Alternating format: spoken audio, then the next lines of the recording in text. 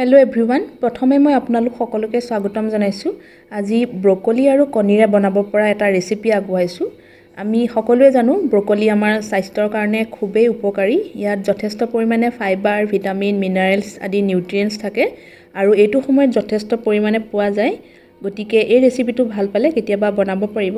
গতিকে ৰেচিপিটো আগবঢ়াইছোঁ ইয়াৰ কাৰণে এটা ব্ৰকলি ভালদৰে ধুই ললোঁ আৰু লগতে লৈছোঁ এটা আলু আৰু অলপমান ইয়াত মই গাজৰ ব্যৱহাৰ কৰিম ব্ৰকলিটো ভালদৰে ধুই লোৱাৰ পিছত এতিয়া মই এনেকৈ সৰু সৰু পিছতে কাটি লৈছোঁ আৰু আজি এই ব্ৰকলিটো বনাবৰ কাৰণে ইয়াত মই একেবাৰে মছলা ব্যৱহাৰ নকৰোঁ এনেকৈয়ে খাই খুব ভাল লাগে ব্ৰকলিটো আকৌ এবাৰ ধুই ল'লোঁ আৰু এনেকুৱা এখন ফুটা থকা কাঁহীলৈ উলিয়াই ল'লোঁ এনেকুৱা ফুটা থকা কাঁহীৰ সলনি ফুটা থকা খৰাহিও ব্যৱহাৰ কৰিব পাৰিব এতিয়া গেছটো অন কৰি অলপমান পানী বহাই পানীখিনি ভালদৰে উতলাই ল'লোঁ পানীখিনি যেতিয়া ভালদৰে উতলিছে ইয়াতে এতিয়া যিখিনি ব্ৰকলি কাটি ৰাখিছিলোঁ ব্ৰকলিখিনি ইয়াতে এনেকৈ বহাই দিছোঁ আৰু এইখিনি মাত্ৰ 5 মিনিটমানৰ কাৰণে এনেকৈ ষ্টিম হ'ব দিছোঁ মানে ভাপতে এইখিনি সিজিবলৈ দিছোঁ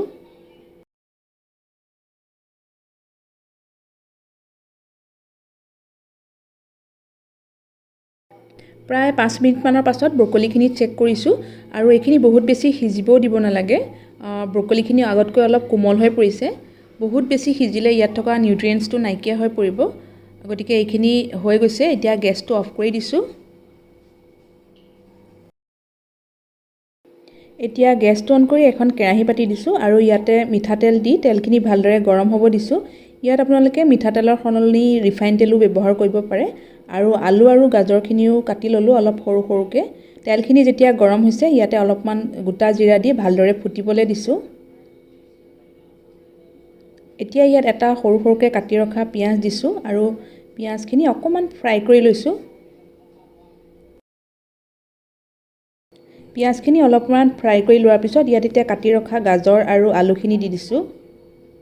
আৰু এই ৰেচিপিটোত মই অন্য একো মছলা ব্যৱহাৰ নকৰোঁ এনেকৈয়ে খাবলৈ খুব ভাল হয় ইয়াত এতিয়া সোৱাদ অনুসৰি নিমখ আৰু হালধি যোগ কৰি দিছোঁ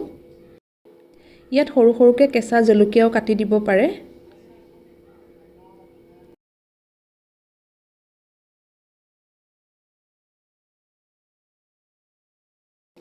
আলু আৰু গাজৰখিনি প্ৰায় সিজিছে ইয়াত এতিয়া ব্ৰকলিখিনি এড কৰি দিছোঁ আৰু ব্ৰকলিখিনি আগতে ভাপত দিয়াই আছিলে গতিকে এইখিনি বহুত বেছি সিজিব দিব নালাগে বহুত বেছি এইখিনি আৰু ফ্ৰাই নকৰোঁ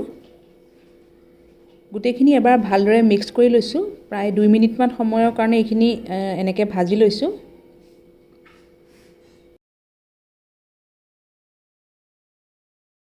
ইয়াত এতিয়া এটা কণী দিছোঁ আৰু দুফুটামান নহৰু হ'ব একেবাৰে মিহি মিহিকৈ কাটি লগতে এনেকৈ এড কৰি দিছোঁ গোটেইখিনি ভালকৈ এবাৰ মিক্স কৰি লৈছোঁ এনেকৈ আগতে কণী দি যদি খোৱা নাই এবাৰ বনাই খাই চাবচোন একেবাৰে সহজ ৰেচিপি আৰু